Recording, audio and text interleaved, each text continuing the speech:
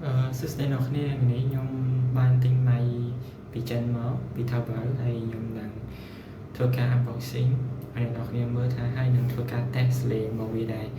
ហើយវីដេអូនេះគឺខ្ញុំថតអត់បាននិយាយជាមួយនឹងម៉ៃទេគឺខ្ញុំនិយាយ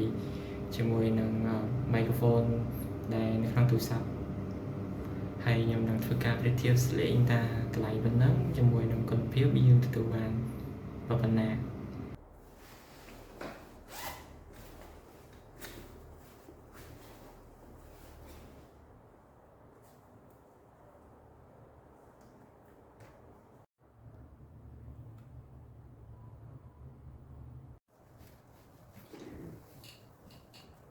នេះខ្ញុំបានថតពីហើយឯងខ្ញុំមើលទៅដល់យើងទទួលបានម៉ៃមួយហើយខាងម៉ៃហ្នឹងមានពីរគ្រាប់មានម៉ៃពីរគ្រាប់ហើយយើងទទួលបានអាដុំម៉ៃពីរហ្នឹងយើងប្រើបានពីរទីមួយ Type C ហើយមួយទៀត Lightning អូខេយើងបានម៉ៃពីរគ្រាប់នេះអូខេចំពោះម៉ៃនេះយើងមានតែឆក់មួយដែរយើងសួរគៀបជាប់ជាមួយកានមានឆក់ហើយយើងបានសាក់វាមួយដែរអូខេសាក់វា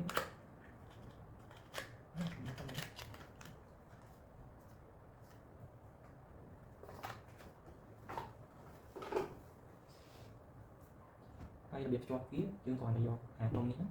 ដល់ចូលមួយទូរស័ព្ទយើងមកអូខេតោះមកយើងលើសញ្ញានេះសញ្ញាព្រឹកខៀវហ្នឹងហើយយើងដឹកលើម៉ៃវិញនេះយើងចុចប៊ូតុងមួយមកប៊ូតុងវិញនេះចុចវាជាប់ហើយយើងភ្លើងនេះនឹងភ្លើងនេះមាន connect អូខេចាំថាយើង connect ម៉ៃជាមួយទូរស័ព្ទយើងនឹងជាប់អូខេអ្នកនរគ្នានេះគឺជាសលេងដែលខ្ញុំនិយាយចេញពី microphone មួយនេះហើយខ្ញុំទៅ microphone មួយហ្នឹងវាអត់សូវជាស្រូបសលេងយើងបានល្អប៉ុន្មានទេវាឮខ្ទោះខ្ទោះដោយអ្នកគ្នាបានឮចឹងវាឮខ្ទោះខ្ទោះប៉ុន្តែខ្ញុំគិតថាវាល្មមដែរសម្រាប់អ្នកដែលគាត់គិតថាចាប់ផ្ដើមអ្នកថ្មីចង់ដឹងថាពេលយើងថតវីដេអូជាមួយនឹងម៉ៃទៅវាមានមិនអីមិនយ៉ាងខ្ញុំមិនដំបូងខ្ញុំវាមិនឲ្យប្រើទៅហើយយើងupgrade មកទីងទៅពីខ្ញុំទៅមានតែប៉ុណ្្នឹងទេហើយអរគុណអ្នកនរគ្នាមែនតើដែលបានទស្សនាវីដេអូរបស់ខ្ញុំពីដើមដល់ចប់